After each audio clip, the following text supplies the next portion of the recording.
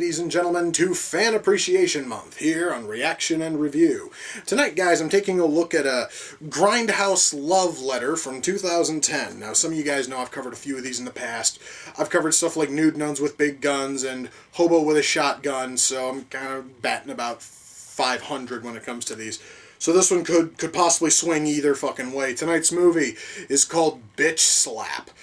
I'm gonna tell you guys, that's all I fucking know about this. I haven't even read the back of this fucker yet. I don't know what the hell this movie's about. I do happen to remember though. I first saw this thing for sale at Blockbuster back when we still had Blockbuster videos, and I was intrigued by just the title alone. Just because, come on, how many other movies out there have titles as interesting as Bitch Slap? Well, it was violent shit. Okay, that's a bad fucking example. But still, I was kind of intrigued, and I never got around to buying it or watching it. At one point, I threw it on the Amazon wish list, and somebody bought it. So now, I get to give this thing a watch, and I finally get to see if this thing's any good. I can just sort of tell, just, you know, based on the images on the back, and the title, and the general look of the cover, as you can see. This is kind of sort of similar to stuff like Grindhouse, and Hobo with a Shotgun, and Nude Nuns with Big Guns. Again, that's a bad example for this.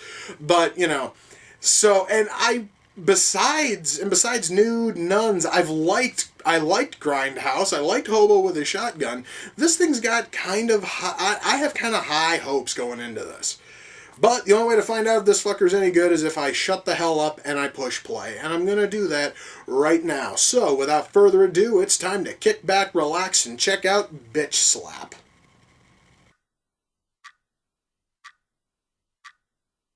Alright, that is the fakest, shittiest looking background I have ever seen in any film. Alright, and I've seen a lot of films which have tried to do this whole digital set thing.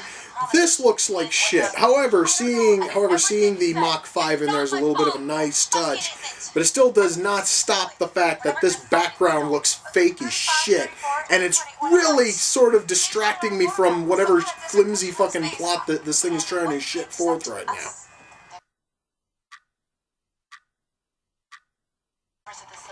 You know, guys, I really didn't think that the acting in this film could possibly get any worse. And then this cop shows up and shows that, yes, in fact, the acting can get much fucking worse. My God.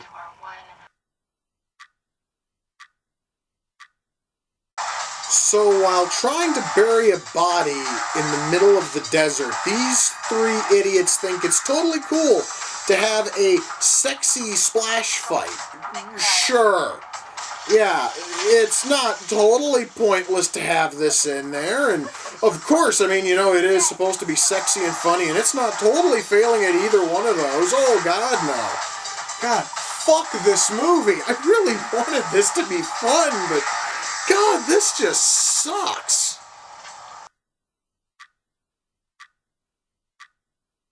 You know, guys, with every single character who is brought into this story, with every single additional character who's brought into this story, I hope more and more that at least one of them is likable in just the slightest way. I mean, even, guys, I honestly would even happily go for a fucking likable villain at this point. I want a character I can look at and say, hey, this character's sort of cool. No! I haven't gotten that yet. Every fucking character has been some shallow, unlikable douchebag, and frankly, it's getting kind of tiresome. I really want to shut this fucker off, but I can't because I'm committed to finishing it.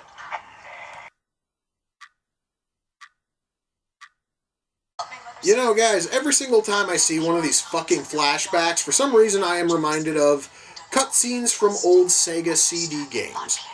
Except those cutscenes had better writing, better acting, the backgrounds weren't nearly as shitty, and they weren't shot in fucking high def.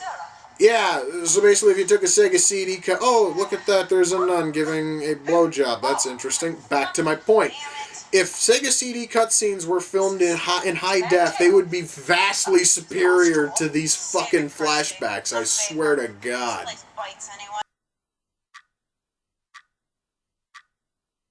Alright, you know, I am really finding this more and more hard to fucking believe that all this shit's going on for a tiny bag of diamonds. I mean, this guy's is a really small fucking bag of diamonds. This series is a little bit of overkill for something that minor and unnecessary, and oh yeah, now one of them's on fire, and look at all this fuck I give about that. Alright, that's it. It is fucking official. This movie has the stupidest plot twists I have ever fucking seen. They just hit us with what was quite literally the most unnecessary, needless, pointless, retarded plot twists ever. Jesus Christ, I am hating this movie more and more with every passing second. Good fucking God.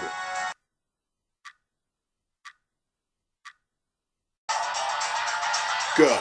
The movie's fucking done. Shut up. Your music is absolute shit. Fuck you. Okay. That, ladies and gentlemen, was Bitch Slap, and oh dear God, that twist. There's a twist at the very end. If you do not see it coming, long before it's finally fucking revealed, I'm sorry, but you're fucking stupid. There's no way in hell that the final twist can be shocking to anybody unless they're a fucking retard, okay? I'm gonna be very blunt with that. So, where to start? I'm gonna start with the writing. Since the writing is the biggest sin this fucker has, I'm going to compile most of my problems on that first, before I move on. First of all, let's talk about the plot. Oh, dear God, the plot. We have three women, all of them kind of sexy, but not as sexy as this film wants to make you believe, trying to find essentially a tube sock full of diamonds in the middle of the desert. I'm not kidding, the bag of diamonds is that goddamn small. It really seems like a bit of overkill for that small amount of diamonds. But of course then you find out that there is so much more that people are looking for, and they just start piling on more and more stupid bullshit without actually explaining enough of it for it to make any level of sense. So the story comes off as ridiculously shallow and ultimately pointless and stupid.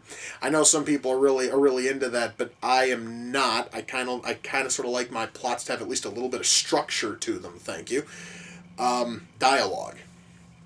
The dialogue at best can be summed up as, well, the dialogue almost seems like it was written by a short bus riding 12-year-old with Tourette's syndrome. In fact, there's actually a character in the movie who has Tourette's, and it's that really irritating, spastic, almost totally fictional seeming, just randomly swearing and screaming while swearing sort of Tourette's.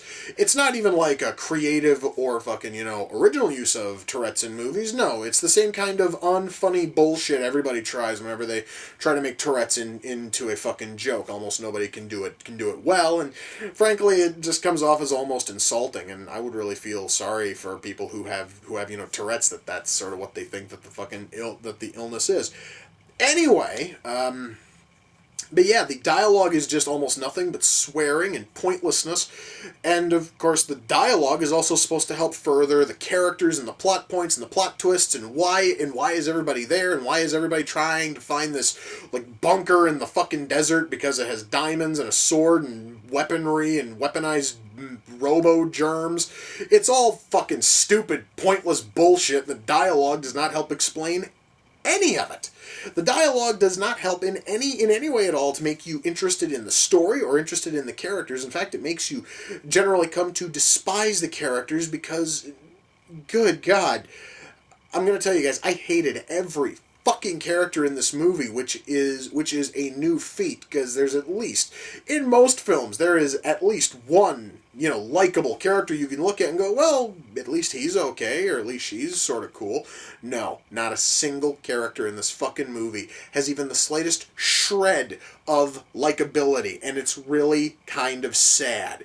So, we have horrible dialogue, we have a god-awful plot. Good shitting God, what else is... Well, I guess that does sort of cover writing. I mean, that really is all we have to talk about. I want to talk about the fight choreography. Oh, dear God. The fight choreography and the action fucking choreography.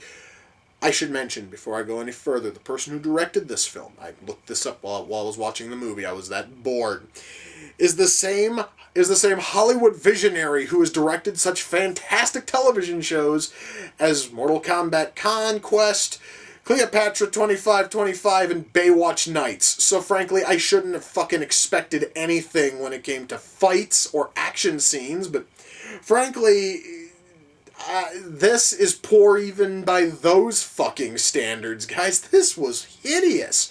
The fight fucking choreography is so terrible, and of course we have dialogue mixed in with all of it, and of course that there is when the dialogue completely turns into foul-mouthed bullshit.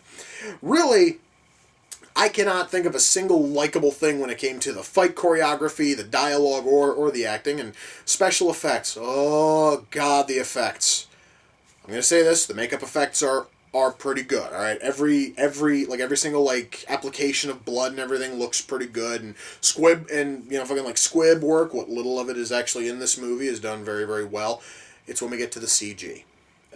I'm going to start with the CG sets, you see, because all the flashbacks in this thing are trying to utilize a virtual set kind of filmmaking style, which basically was what was used in movies like Sky Captain and the World of Tomorrow and Sin City.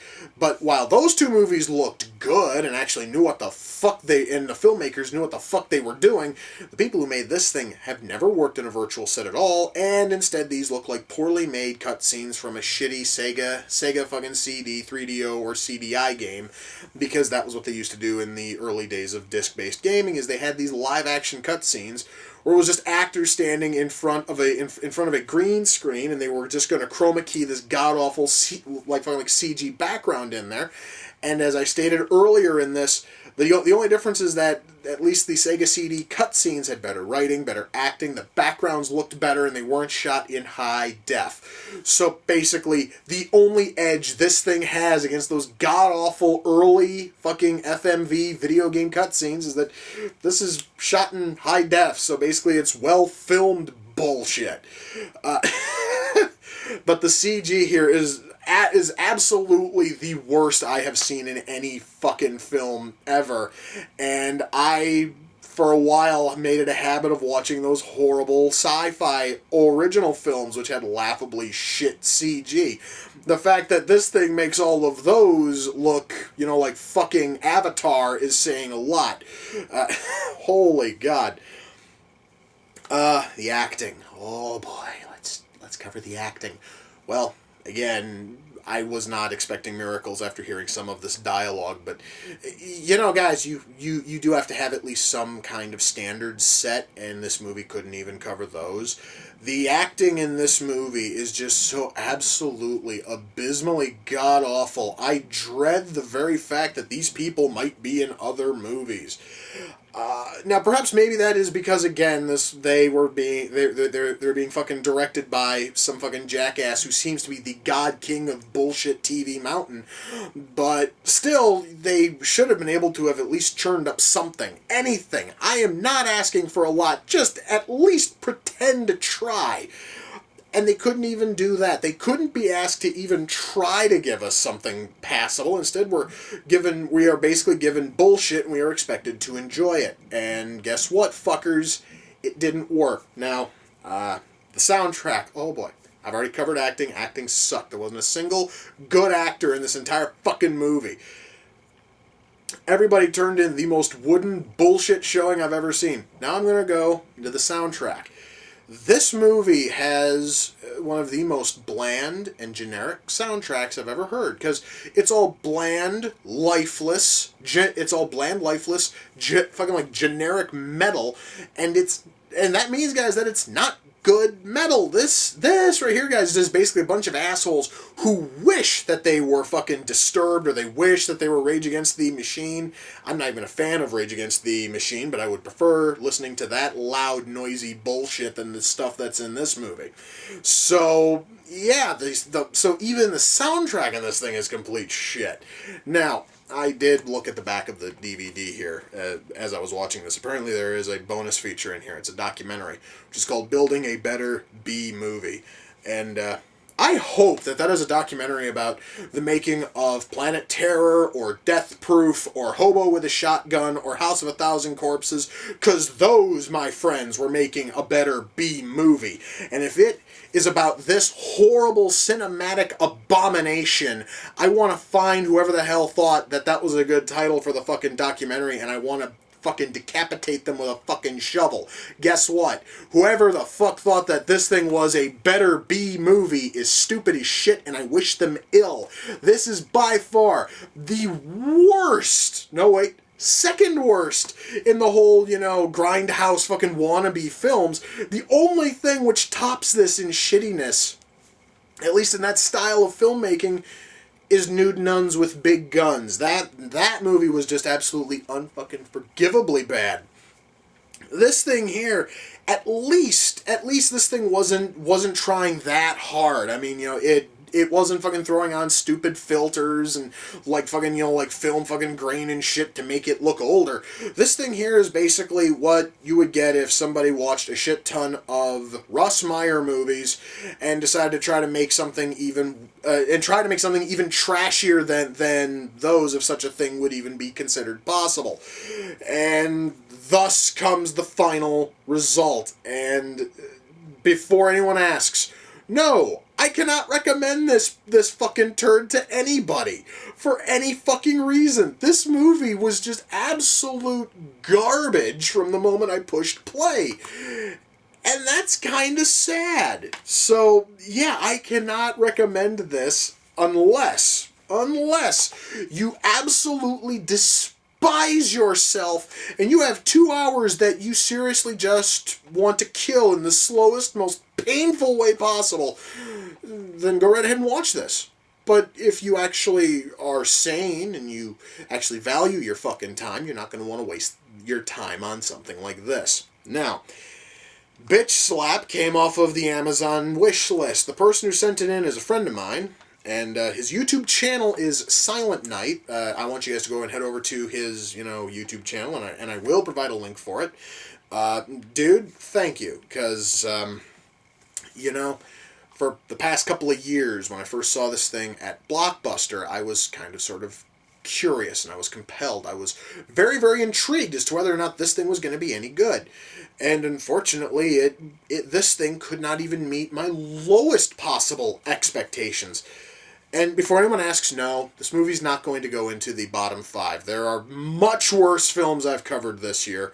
One of them, in fact, I mentioned earlier. So, yeah, this thing here is not bad enough to go into the bottom 5, but Jesus God, that still does not make it any fucking good.